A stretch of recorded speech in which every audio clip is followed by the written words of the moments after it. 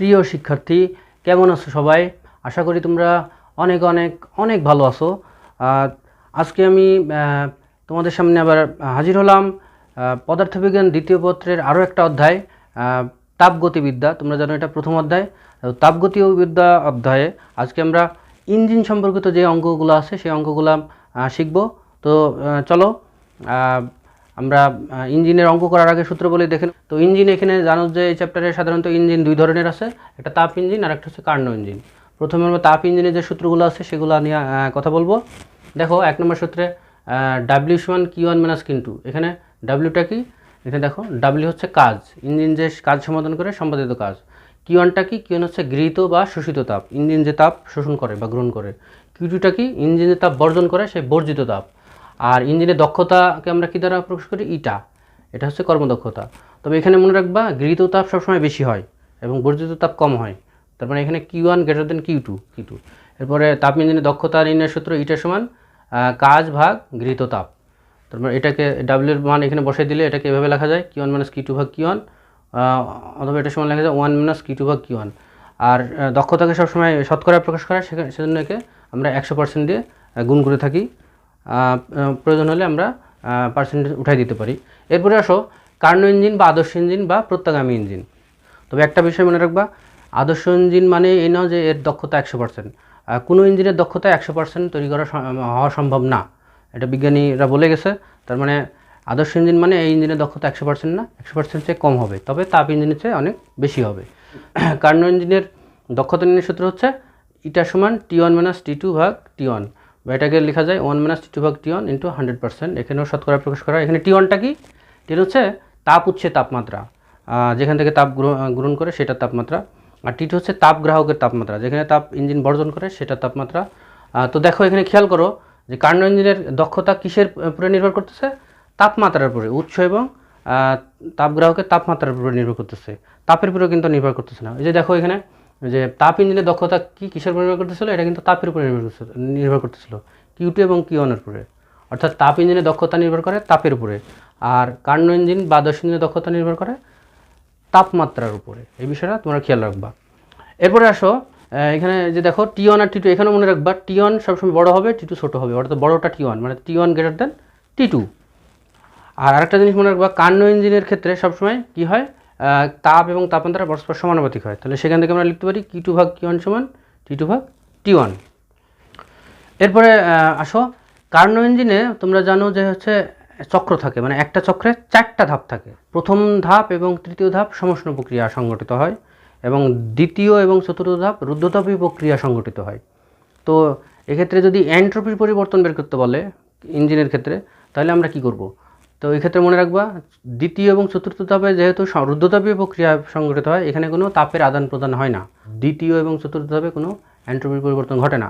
এরপরে তাহলে থাকলো কি? প্রথম ধাপ এবং তৃতীয় ধাপ, এখানে সমষ্ণ প্রক্রিয়া সংঘটিত হয়। তো এই দুইটা ধাপে এন্ট্রপির পরিবর্তন হয়। তো প্রথম ধাপে দেখো, প্রথম ধাপে এন্ট্রপি বৃদ্ধি পায়, এন্ট্রপি বৃদ্ধি DS1 সমান আমরা লিখতে পারি প্রথম ধাপে তাপ গ্রহণ করে Q1 ইঞ্জিন, আর কত তাপমাত্রা এটা গ্রহণ করে? T1 তাপমাত্রায়। তাহলে আমরা লিখতে পারি DS1 সমান Q1 ভাগ T1। এখানে প্লাস লেখা হয়েছে কারণ কি? তাপ গ্রহণ করে ফলে এন্ট্রপি বৃদ্ধি পায়, ফলে প্লাস লেখা হয়েছে। এরপরে আর কোনটা ধাপ থাকলো? তৃতীয় ধাপ। তৃতীয় ধাপও সমষ্ণ প্রক্রিয়া। তৃতীয় ধাপে এন্ট্রপি হ্রাস পায়, DS3 সমান Q2 ভাগ T2।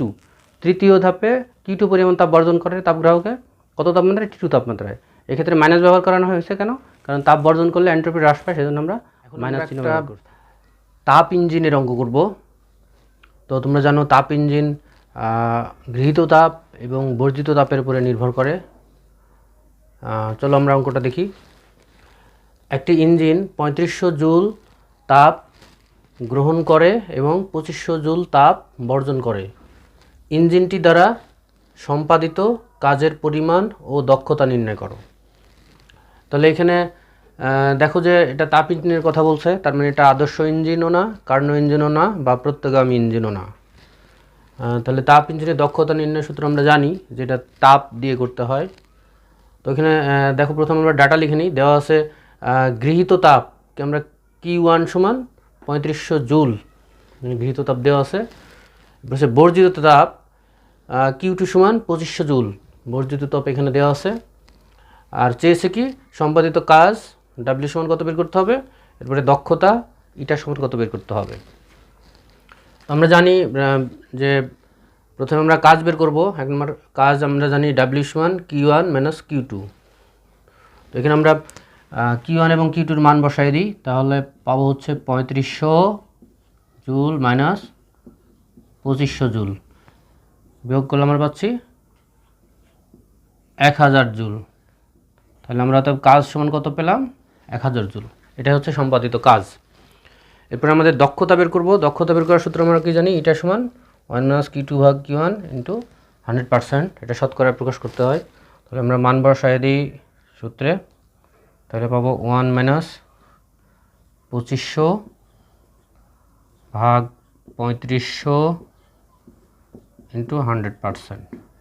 এখন এটা যদি আমরা ক্যালকুলেটর দিয়ে ক্যালকুলেশন করি, তাহলে আমরা রেজাল্টটা পাবো হচ্ছে 28.57%। ফলে আমরা কর্মদক্ষতা ইঞ্জিনের পেয়ে গেলাম 28.57%। কর্মদক্ষতার কোনো একক নাই, তোমরা জানো, এটাই আনসার। এখন আমরা একটা কার্নো ইঞ্জিন এর অঙ্ক করব। মানে কার্নো ইঞ্জিন মানে আদর্শ ইঞ্জিন বা প্রত্যাগামী ইঞ্জিন। তো অঙ্কটা দেখো, একটি কার্নো ইঞ্জিনের দক্ষতা 30%, তাপ গ্রাহকের তাপমাত্রা 27 ডিগ্রি সেলসিয়াস হলে তাপ উৎসের তাপমাত্রা কত। এবং আমরা জানি যে তাপ উৎসের তাপমাত্রা মানে সবসময় বেশি হয়, মানে T1 বড় হয়, T2 ছোট হয়। তাহলে আমরা ডাটা লিখে নিই। তাপ গ্রাহকের তাপমাত্রা T2 দেওয়া আছে কত, 27 ডিগ্রি সেলসিয়াস। এটা আমরা যেহেতু তাপমাত্রার এসআই একক কেলভিন, তাহলে কেলভিন বানায় নিলাম। 27কে 273 দিয়ে যোগ করলে কেলভিন হয়ে গেল, যোগ করলে পেলাম 300 কেলভিন। তাপ উৎসের তাপমাত্রা T1, এটা বের করতে হবে ওয়াট। আর দক্ষতা এটা সম্বন্ধে আছে 30%। 30% আমি এটা পার্সেন্টেজেও রাখতে পারি, চাইলে দশমিকেও বানিয়ে নিতে পারি। তো এখানে আমি দশমিকও বানিয়ে নিছি। পার্সেন্টেজ থেকে দশমিক বানাতে হলে 100 দিয়ে ভাগ করতে হয়, তাহলে আমরা ভাগ করলে পেলাম হচ্ছে 0.3। এখন আমরা কার্নো ইঞ্জিনের দক্ষতা নির্ণয়ের সূত্র জানি আমরা ইটা সমান 1 মাইনাস T2 ভাগ T1। তবে এখানে আমরা এটাকে শতকরায় প্রকাশ করি, সেজন্য 100% সূত্রে রাখলেও হয়, না রাখলেও হয়। আমরা যদি এই পার্সেন্টেজের মানটা এখানে সরাসরি বসাই, তাহলে এখানে পার্সেন্টেজ রাখবো সূত্রে। আর যদি দশমিকের মানটা বসায়, তাহলে এখানে পার্সেন্টেজ রাখার কোনো দরকার নাই। আশা করি বুঝছো বিষয়টা। তাহলে আমরা এখানে দশমিকের মানটা বসাবো, তাহলে এখানে আমরা সূত্রে পার্সেন্টেজ এখানে রাখার কোনো প্রয়োজন নাই। আসলে সূত্রটা ছিল এরকম 100%। আমরা যেহেতু দশমিকের মানটা বসাবো, তাহলে এখানে পার্সেন্টেজ চিহ্ন আমরা তুলে দিলাম।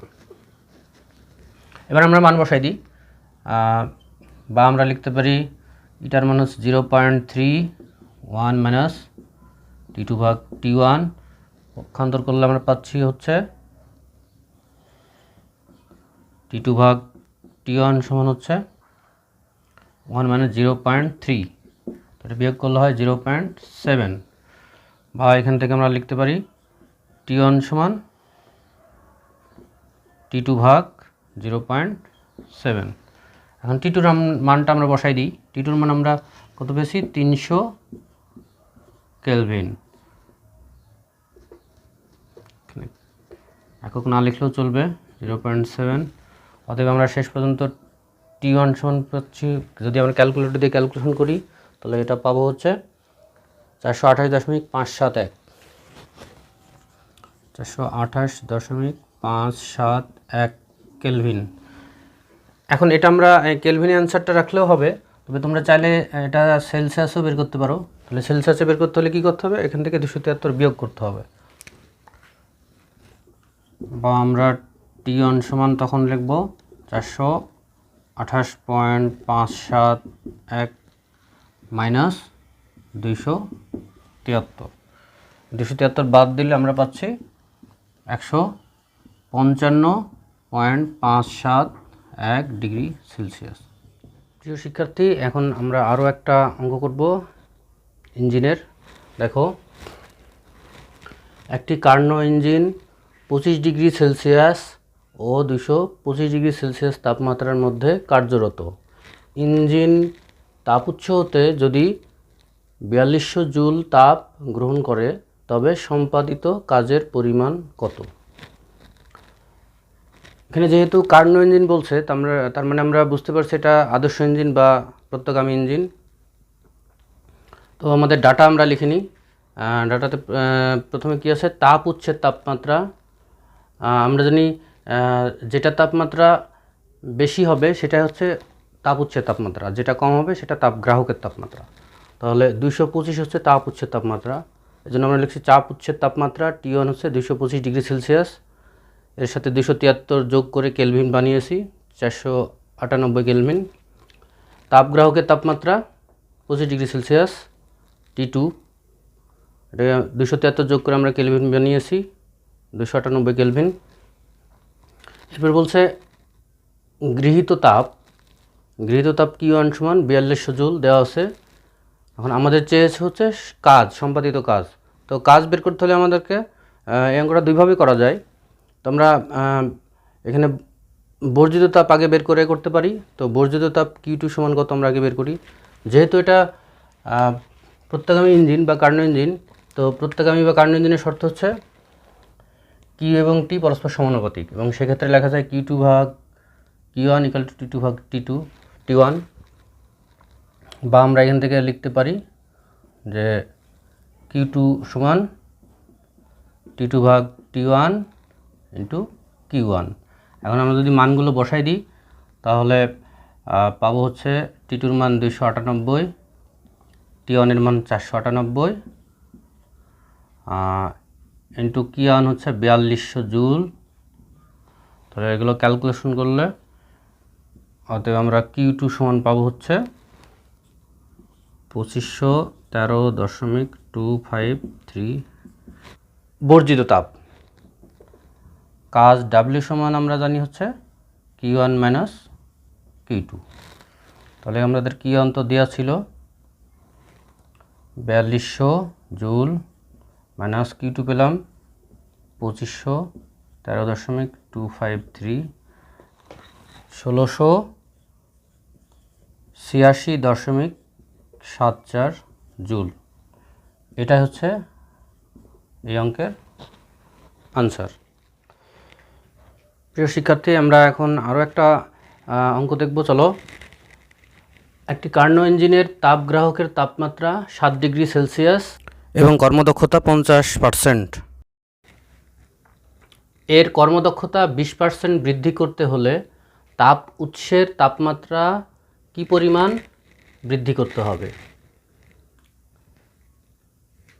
তো এখানে দেখো, প্রথমে কিন্তু বলেছে কর্মদক্ষতা ছিল 50%, এরপরে কর্মদক্ষতা আরও 20% বৃদ্ধি করা হয়েছে। তাহলে এখানে দুই ধরনের কর্মদক্ষতা আছে। তাহলে আমরা এখানে প্রথমে ডাটা লিখে নিই। আদি দক্ষতা ইটা সমান 50%, মানে একে দশমিক বানালে আমরা 100 দিয়ে ভাগ করে পাচ্ছি 0.5। পরবর্তী কর্মদক্ষতা ইটা প্রাইম কত হচ্ছে 50, আর পরে 20 বৃদ্ধি করা হয়েছে। তাহলে 50 যোগ 20 সমান 70%, মানে 0.7। এখন দেখো এখানে তাপগ্রাহকের তাপমাত্রা দেওয়া আছে 7 ডিগ্রি সেলসিয়াস। তাহলে আমরা এখানে লিখলাম আদি তাপ উচ্ছেদ তাপমাত্রা দেওয়া নাই, ধরে নিলাম T1। পরবর্তী তাপ উচ্ছেদ তাপমাত্রা T1 প্রাইম, মানে দক্ষতা যদি ইটা প্রাইম হয় তখন। আদি তাপগ্রাহকের তাপমাত্রা T2, এটা দেওয়া আছে 7 ডিগ্রি সেলসিয়াস। একে যদি আমরা 273 যোগ করি তাহলে কেলভিন বানালে 280 কেলভিন হবে। পরবর্তী তাপগ্রাহকের তাপমাত্রা T2 প্রাইম সমান T2, কারণ এখানে যেহেতু বলছে যে তাপ উচ্ছেদ তাপমাত্রার কী পরিমাণ বৃদ্ধি করতে হবে, তার মানে আমরা এখানে বুঝে নিতে হবে যে তাপগ্রাহকের তাপমাত্রা পরিবর্তন হয় নাই, তাপগ্রাহকের তাপমাত্রা যা ছিল সেটাই থাকবে। তাহলে দেখা যাচ্ছে এখানে তাপগ্রাহকের আদি তাপমাত্রা T2 যখন দক্ষতা 50% ছিল সেটা ছিল 280 কেলভিন, এবং পরবর্তীতেও তাপগ্রাহকের তাপমাত্রা T2 প্রাইম এটাও হবে 280 কেলভিন, দক্ষতা যখন 70% হবে। তাহলে আমরা প্রথমে কি করব, আগে যখন দক্ষতা 50% ছিল তখন উচ্ছেদ তাপমাত্রা কত সেটা আগে বের করি। তাহলে আমরা জানি, দেখো যে ইটা সমান 1 মাইনাস T2 ভাগ T1, এখানে শতকরা বাদ দিয়ে করা হয়েছে ক্যালকুলেশনটা। তাহলে এখান থেকে আমরা বা লিখতে পারি T2 ভাগ T1 সমান 1 মাইনাস ইটা, বা 1 মাইনাস ইটার মানে এখানে 0.5, মানে এখানে বিয়োগ করলে 0.5, বা এখান থেকে আমরা শেষ পর্যন্ত T1 সমান লিখতে পারি T2 ভাগ 0.5। T2 মান আমরা কত পেয়েছি 280 কেলভিন, 0.5 দিয়ে ভাগ করলে এটা পাচ্ছি 560 কেলভিন। তার মানে দেখা যাচ্ছে যে আমাদের এখানে যখন দক্ষতা 50% ছিল তখন তাপ উৎসের তাপমাত্রা T1 সমান ছিল এই ইঞ্জিনটির 560 কেলভিন, এবং তাপ গ্রাহকের তাপমাত্রা T2 সমান ছিল 280 কেলভিন। এরপরে দেখো যে দক্ষতা যখন 70% বা 0.7 করা হচ্ছে তখন তাপ উৎসের তাপমাত্রা কত হবে, মানে T1 প্রাইম কত হবে সেটা আমরা বের করব। আর আগে বলছি যে T2 প্রাইম মানে তাপ গ্রাহকের তাপমাত্রা ওইটাই থাকবে। তাহলে আবার দেখো ইটা প্রাইম সমান 1 মাইনাস T2 প্রাইম ভাগ T1 প্রাইম, যখন দক্ষতা 70%, বা এটাকে আমরা এইভাবে লিখতে পারি, যেহেতু T2 প্রাইম আর T2 সেম, তাহলে আমরা 1 মাইনাস T2 ভাগ T1 প্রাইম, বা এখান থেকে আমরা লিখতে পারি T2 ভাগ T1 প্রাইম সমান 1 মাইনাস ইটা প্রাইম, মানে 1 মাইনাস 0.7, ইটা প্রাইমের মান বসাই দিলাম আমরা, বসাই দিলে কত পাচ্ছি 0.3, বা এখান থেকে লিখতে পারি T1 প্রাইম সমান হচ্ছে T2 ভাগ 0.3। T2 মান আমরা জানি 280 কেলভিন, আর 0.3 ভাগ করে দিলে আমরা ক্যালকুলেটর দিয়ে ক্যালকুলেশন করি তাহলে এটা পাচ্ছি 933.33 কেলভিন। তার মানে যখন দক্ষতা 70% হবে তখন তাপ উৎসের তাপমাত্রা T1 প্রাইম সমান হবে 933.33 কেলভিন, আর তাপগ্রাহকের তাপমাত্রা আগেরটাই থাকবে 280। তাহলে তাপ উৎসের তাপমাত্রার কত পরিবর্তন হচ্ছে সেটা আমরা দেখতে চাচ্ছি। তাহলে এক্ষেত্রে আমরা বলতে পারি অতএব তাপ উৎসের তাপমাত্রার পরিবর্তন ডেল T1 সমান লিখতে পারি আমরা T1 প্রাইম মাইনাস T1। তাহলে T1 প্রাইম আমরা কত পেলাম 933.33, এখান থেকে T1 ছিল কত 560 বিয়োগ করি আমরা, 560 বিয়োগ করলে এটা শেষ পর্যন্ত ক্যালকুলেশন করলে পাবো 373.33 কেলভিন। এটা হচ্ছে আমাদের তাপ উৎসের তাপমাত্রার পরিবর্তন। আশা করি তোমরা বুঝতে পারছো অঙ্কটা। প্রিয় শিক্ষার্থী, আমরা আরও একটা ইঞ্জিনের অঙ্ক করব। চলো অঙ্কটা দেখি। 327 ডিগ্রি সেলসিয়াস প্রাথমিক তাপমাত্রার 1 মোল বায়ু দ্বারা একটি কার্নো ইঞ্জিন কাজ সম্পাদন করছে। কার্নোচক্রের প্রতিটি ধাপের সংকোচন বা প্রসারণের অনুপাত 1:6 হলে 1 নম্বর কার্নোচক্রের সর্বনিম্ন তাপমাত্রা কত, 2 নম্বর ইঞ্জিনের দক্ষতা কত, 3 নম্বর প্রতি চক্রে নিট কাজ কত, গামা ইকুয়াল 1.4। তাহলে প্রথমে আমরা 1 নম্বর করব, তার আগে ডাটাগুলো লিখে নিই। দেখো দেওয়া আছে এখানে, মনে রাখবা যে প্রথমে বায়ু দিয়ে যে ইঞ্জিন কাজ করতেছিল সেই বায়ুর তাপমাত্রা ছিল 327 ডিগ্রি সেলসিয়াস। তার মানে এটাই হচ্ছে আমাদেরকে ধরে নিতে হবে উৎসের তাপমাত্রা হচ্ছে 327 ডিগ্রি সেলসিয়াস। তো ওই কার্নোচক্রে আর গ্রাহকের তাপমাত্রা সেটা আমরা বের করব। 1 নম্বরে সেটাই চেয়েছে, কার্নোচক্রের সর্বনিম্ন তাপমাত্রা, মানে এটাই হচ্ছে তাপগ্রাহকের তাপমাত্রা। তোমরা লিখে নিই। দেখো প্রাথমিক বা উৎসের তাপমাত্রা T1 সমান 327 ডিগ্রি সেলসিয়াস, যেটা দেওয়া ছিল, এটার সাথে আমরা 273 যোগ করলে কেলভিন পেয়ে যাব। কত পেলাম 600 কেলভিন। আর সর্বনিম্ন বা গ্রাহকের তাপমাত্রা যেটা আমরা বের করতে চাচ্ছি 1 নম্বর অঙ্কে, সেটা T2 সমান সেটাই বের করতে হবে, হোয়াট। আর কি ছিল প্রতিটি ধাপে সংকোচন বা প্রসারণের অনুপাত। তাহলে প্রতিটি ধাপে আয়তনের অনুপাত, মানে সংকোচন প্রসারণ বলতে আয়তন বোঝাচ্ছে। তাহলে V1 ভাগ V2 বা V3 বা V4 সমান পাচ্ছি 1/6। আর 2 নম্বরে বলছে কর্মদক্ষতা ইটা সমান কত এটা বের করতে হবে। 3 নম্বরে প্রতি চক্রে সম্পাদিত কাজ ডাব্লিউ সমান কত বের করতে হবে। আর এখানে গ্যাসের পরিমাণ কত দিয়েছে, মোল সংখ্যা n = 1। আর আমরা এটাকে যদি উল্টায় লিখি তাহলে আমরা লিখতে পারি V4/V3 বা সমান V2/V1 সমান 6/1। তো প্রথমে আমাদের যেহেতু সর্বনিম্ন তাপমাত্রা বের করতে বলছে, মানে গ্রাহকের তাপমাত্রা, তাহলে আমরা জানি কার্নো চক্রে 1 নম্বর ধাপ এবং 3 নম্বর ধাপ হচ্ছে সমষ্ণ প্রক্রিয়া, আর 2 নম্বর ধাপ এবং 4 নম্বর ধাপ হচ্ছে রুদ্ধতাপীয় প্রক্রিয়া। তো আমরা 2 এবং 4 নম্বর ধাপের ক্ষেত্রে রুদ্ধতাপীয় প্রক্রিয়ায় আমরা কি লিখতে পারি, T2 সমান V1/V2 Γ-1 × T1। এটা আমরা কোন ধাপে লিখতে পারি, রুদ্ধতাপীয় পরিবর্তনের ক্ষেত্রে, বা এটা চক্রের দ্বিতীয় বা চতুর্থ ধাপের ক্ষেত্রে। তো সেই ক্ষেত্রে আমরা যদি এই মানগুলো বসাই দিই তাহলে V1/V2 সমান এখানে কত পেয়েছি আমরা 1/6, তার মানে এটা 1/6 এর পাওয়ার হবে 1.4 - 1 × T1 ছিল কত 600 কেলভিন। তো এই মানগুলো যদি আমরা বসাই দিই শেষ পর্যন্ত আমরা সর্বনিম্ন তাপমাত্রা বা গ্রাহকের তাপমাত্রা আমরা কত পাবো, 200, ক্যালকুলেশন করলে 293 কেলভিন। এটা হচ্ছে 1 নম্বর প্রশ্নের উত্তর। তাহলে আমরা গ্রাহকের তাপমাত্রা বা কার্নো চক্রের সর্বনিম্ন তাপমাত্রা পেয়ে গেলাম। এরপরে 2 নম্বরে কি বলছে, ইঞ্জিনের দক্ষতা কত। তাহলে আমরা এবার 2 নম্বরে আসি। ইঞ্জিনের দক্ষতা নির্ণয়ের সূত্র আমরা জানি, ইটা সমান 1 - T2/T1। এটা কার্নো ইঞ্জিন, এটা তাপমাত্রা দিয়ে বের করতে হবে ইন্টু 100%। তো এখানে মানগুলো যদি আমি বসাই দিই তাহলে 1 - T2 মান কত পেয়েছি, এটা আমরা 1 নম্বরে পেয়েছি 293, আর T1 এর মান দেওয়া ছিল 600 কেলভিন ইন্টু 100%। তো ক্যালকুলেশন করলে শেষ পর্যন্ত আমরা ইটার মান কত পেলাম, ক্যালকুলেটর দিয়ে ক্যালকুলেশন করলে আমরা ইটার মান পাবো হচ্ছে 51.2%।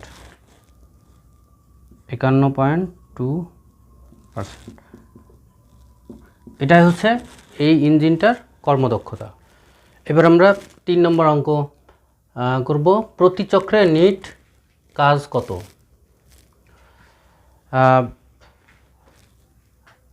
প্রিয় শিক্ষার্থী, আমরা জানি একটা কার্নো চক্রে 4টা ধাপ থাকে, 4টা। 1 নম্বর ধাপ আর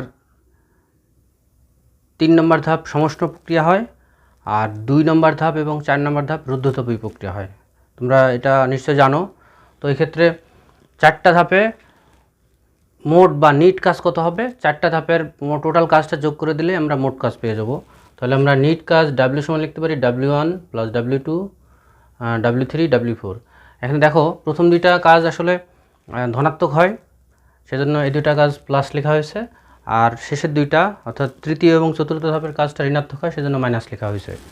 তবে এখানে মনে রাখবা 1 নম্বর ধাপ এবং 3 নম্বর মানে প্রথম এবং তৃতীয় ধাপ সমষ্ণ প্রক্রিয়া এবং দ্বিতীয় এবং চতুর্থ ধাপ রুদ্ধতাপীয় প্রক্রিয়া। কিন্তু এখানে একটা জিনিস মনে রাখতে হবে যে রুদ্ধতাপীয় প্রক্রিয়ায় কাজ নির্ণয়ের সূত্র এখানে যেহেতু কার্নো ইঞ্জিন T1 এবং T2 তাপমাত্রার ভিতরে কাজ করতেছে, T1 T2-র উপরে নির্ভর করতেছে কাজের পরিমাণ নির্ণয় করা, তাহলে আমরা এখানে লিখতে পারি W2 দ্বিতীয় ধাপে রুদ্ধতাপীয় প্রক্রিয়ায় কাজ হবে, আমরা জানি NR T2 - T1 ভাগ 1 - গামা। এটা হচ্ছে দ্বিতীয় ধাপে কাজ নির্ণয়ের কাজ হবে এটা। এবং চতুর্থ ধাপে রুদ্ধতাপীয় প্রক্রিয়া যে কাজ হবে সেটাও হবে NR T2 - T1 ভাগ 1 - গামা। কারণ এখানে রুদ্ধতাপীয় প্রক্রিয়ার কাজ মূলত T1 এবং T2-র উপরে নির্ভর করে। তাহলে দ্বিতীয় ধাপেও ওই T1 T2-র উপর নির্ভর করতেছে, সেক্ষেত্রে সূত্র এটা। চতুর্থ ধাপেও রুদ্ধতাপীয় প্রক্রিয়ায় কাজ T1 এবং T2-র উপর নির্ভর করতেছে। তাহলে দুই ক্ষেত্রে আমরা দেখতে পাচ্ছি কাজের পরিমাণ একই হবে, অর্থাৎ W2 এবং W4 এর মান সমান। কিন্তু এখানে দেখা যাচ্ছে যে W2 হচ্ছে ধনাত্মক এবং W4 ঋণাত্মক। তো দুইটা সমান মান যদি একটা প্লাস একটা মাইনাস হয় তাহলে দুটো যোগ বিয়োগ করে দিলে শূন্য হয়ে যাবে। তার মানে এখানে নিট কাজ বের করতে গেলে আমাদেরকে W2 এবং W4 এর যোগফল শূন্য হয়ে গেলে এখানে এটা আমরা বাদ দিতে পারি। তাহলে আমাদের নিট কাজের আমরা ফর্মুলা শেষ পর্যন্ত কী লিখতে পারি, যে এটা বাদ দিয়ে দিই তাহলে দুইটা সমান, সেহেতু বাদ দিতে পারি আমরা W2 এবং W4, বা আমরা নিট কাজ তাহলে লিখতে পারি W সমান W1 মাইনাস W3।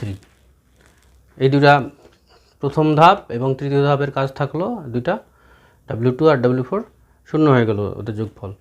এখন আমরা প্রথম ধাপ কি জানি, সমষ্ণ প্রক্রিয়া, এবং তৃতীয় ধাপও সমষ্ণ প্রক্রিয়া। তাহলে প্রথম ধাপের ক্ষেত্রে এখানে কাজ নির্ণয়ের সূত্রটা কি হবে, আমরা জানি সমষ্ণ প্রক্রিয়া, এখানে কাজ নির্ণয়ের সূত্র nRT1 ln V2 ভাগ V1 প্রথম ধাপে, আর তৃতীয় ধাপে কাজ হবে nRT2 ln V4 ভাগ V3। এটা হবে তৃতীয় ধাপে সমষ্ণ প্রক্রিয়া, দুইটাই সমষ্ণ প্রক্রিয়ার কাজ নির্ণয়ের সূত্র। এখন যেহেতু অঙ্কে বলে দিছে প্রতিটি ধাপের সংকোচন বা প্রসারণ অনুপাত 1:6, তার মানে V1 ভাগ V2 সমান V3 ভাগ V4 সমান 1/6। যদি আমরা উল্টায় লিখি তাহলে লিখতে পারি V4 ভাগ V3 সমান V2 ভাগ V1 সমান 6/1। আর এখানে যেহেতু গ্যাসের পরিমাণ, বায়ুর পরিমাণ ছিল 1 মোল, তাহলে এর মান 1 আমরা লিখে নিলাম। তাহলে এখানে আমরা এই V2 V1 দুইটারে V2 by V1 লিখতে পারি।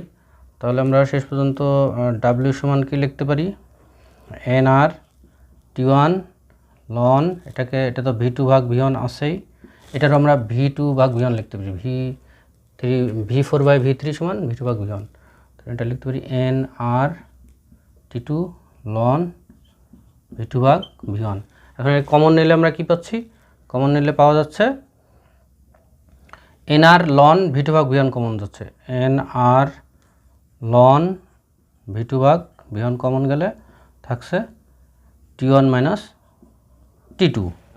যদি এই রাশিগুলোর মান বসাই দিই, n সমান 1 1 মোল, আর এর মান 8.31, লন V2 ভাগ V1 এর মান 6, T1 এর মান দেওয়া ছিল 600 কেলভিন, T2 এর মান আমরা বের করছি 293 কেলভিন। এটা যদি আমি এখন ক্যালকুলেটর দিয়ে ক্যালকুলেশন করি, লিটার মান পাওয়া যাচ্ছে 4572.2 জুল। তাহলে এটাই আমরা পেলাম হচ্ছে একটা চক্রে নিট কাজ, অর্থাৎ 4টা ধাপ মিলে একটা চক্র, এই একটা চক্রে মোট কাজের পরিমাণ এটা। তো আশা করি এটা বুঝতে পারছো তোমরা সবাই। প্রিয় শিক্ষার্থী, আজকে তোমাদের আমি ইঞ্জিনের, তাপ ইঞ্জিন এবং কার্নো ইঞ্জিনের প্রায় বিভিন্ন ধরনের অঙ্ক করিয়েছি। তোমরা আশা করি বুঝতে পেরেছো, তোমাদের সামান্য একটু উপকার হলো, আমাদের পরিশ্রমটা সার্থক হবে। তো আবার হয়তো অন্য কোনো ক্লাসে, অন্য কোনো চ্যাপ্টারে দেখা হবে। সে পর্যন্ত তোমরা ভালো থাকো, সুস্থ থাকো। আল্লাহ হাফেজ।